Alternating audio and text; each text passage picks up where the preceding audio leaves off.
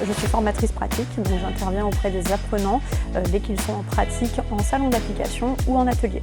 Donc à ce moment-là, on les guide, on les coach, on les amène à faire de nouvelles choses et à aller un peu plus loin que l'examen pur et dur.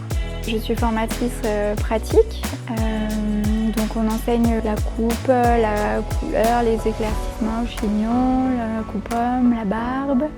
Tout ce qu'ils ont besoin d'apprendre pour leur diplôme et du plus, pour qu'ils aient de nombreux bagages pour leur vie professionnelle. On a une méthodologie chez MPR qui est basée surtout sur la compréhension.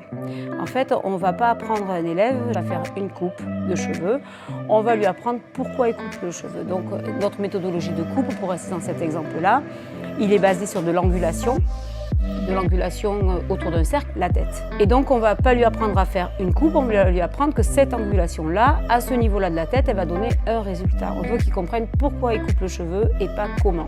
Et si on parle de la technique, que ce soit balayage, mèche, painting, c'est pareil, quand on dessine un painting, qu'est-ce que ça va faire au résultat? Où est-ce que ça va tomber? Est-ce que je veux que ce soit fondu? Est-ce que je veux que ce soit marqué? Je suis professeure donc du coup de technologie et professeure de vente, relations clientèle, conseil. La technologie, c'est la matière directement liée à notre métier. On va analyser, décrypter toute prestation en fait que fait le coiffeur. Donc ça va aller de la coloration à la décoloration, du défrisage à la permanente. On va même parler des techniques préparatoires pour sublimer les colorations. La colorimétrie qui est très importante dans notre métier aussi.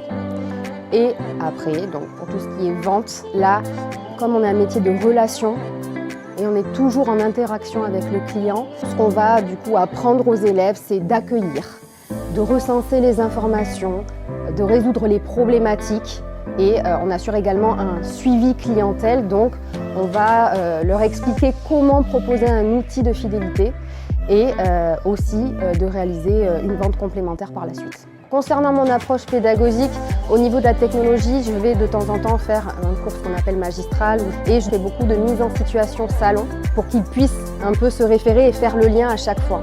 Pour la vente, là on va plutôt être dans du sketch de vente parce que ça c'est l'examen qu'ils ont à la fin de l'année.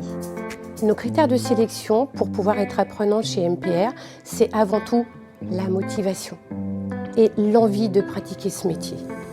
Autre critère qui est également très important, des jeunes qui veulent rentrer chez nous en formation, on leur demande de nous compléter un projet professionnel.